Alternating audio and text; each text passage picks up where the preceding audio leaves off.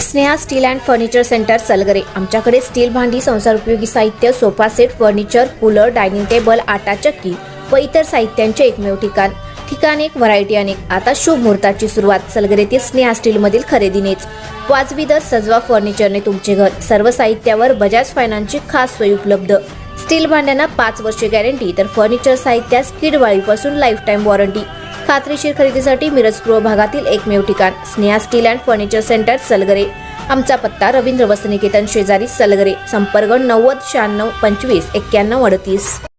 प्रत्येक बातमीतील घटनेच्या वास्तविकतेची तुलना थेट पाहत रहा चांगली अपडेट। महाराष्ट्र शासनाने राज्यातील ग्रामपंचायत निवडणुकांसाठी प्रभाग वॉर्ड रचनेचा अधिकृत कार्यक्रम जाहीर करताच ग्रामीण भागातील राजकीय हालचालींना वेग आला आहे। जिल्हा परिषद निवडणुकांची रणधुमाळी नुकतीच शांत झालेली असताना आता ग्रामपंचायत निवडणुकांचे बिगुल वाजल्याने गाव पातळीवरील राजकारण पुन्हा एकदा तापण्याची चिन्हे दिसत आहेत।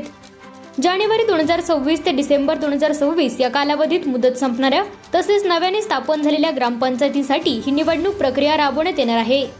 ग्रामविकास विभागाकडून जारी करण्यात आलेल्या आदेशानुसार 20 फेब्रुवारी 2026 पासून प्रभाग रचनेच्या प्रत्यक्ष कामाला सुरुवात होणार आहे।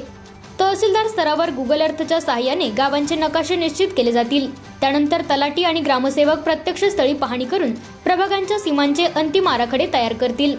जिल्हाधिकाऱ्यांकडून प्रस्तावाची पडताळणी झाल्यानंतर ते राज्य निवडणूक आयोगाकडे सादर केले जातील।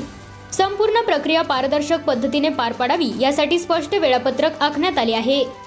7 एप्रिल 2026 रोजी प्रभाग रचनेचे प्रारूप जाहीर केले जाणार असून नागरिकांना 7 ते 13 एप्रिल दरम्यान हरकती आणि सूचना नोंदवण्याची संधी दिली जाणार आहे। प्राप्त हरकतींवर उपविभागीय अधिकाऱ्यांकडे सुनावणी होईल। सर्व हरकतींचा निपटारा पूर्ण झाल्यानंतर 4 मे 2026 रोजी अंतिम प्रभाग रचना राजपत्रात प्रसिद्ध करण्यात येणार आहे। या प्रक्रियेमुळे आगामी ग्रामपंचायत निवडणुकांचे चित्र स्पष्ट होणार असून इच्छुक उमेदवारांनी आतापासूनच मोर्चे बांधणी सुरू केली आहे।